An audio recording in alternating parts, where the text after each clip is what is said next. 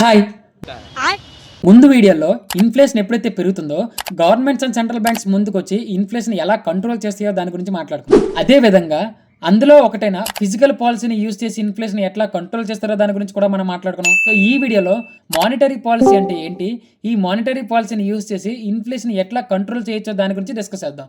First monetary policy అంటే ఏంటి?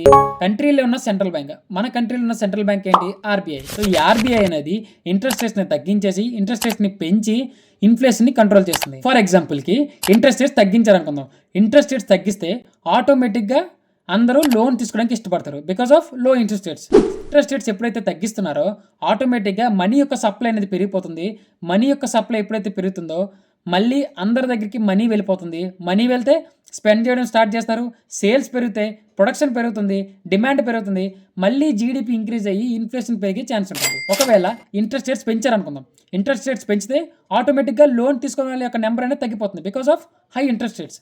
Interest rates పెంచడం వల్ల మనీ యొక్క సప్లై అనేది తగ్గిపోయి, మనీ సప్లై తగ్గిపోయి సేల్స్, ప్రొడక్షన్, డిమాండ్ ఈ మూడు తగ్గిపోయి మళ్ళీ జీడిపి కంట్రోల్లోకి వచ్చి ఇన్ఫ్లేషన్ నార్మల్ అయిపోతుంది. సో ఈ విధంగా ఆర్బీఐ బ్యాంక్స్తో లింక్ అయ్యి ఇన్ఫ్లేషన్ ఏ విధంగా కంట్రోల్ చేస్తుంది అన్న దాని గురించి చెప్పేదే ఈ మానిటరీ పాలసీ.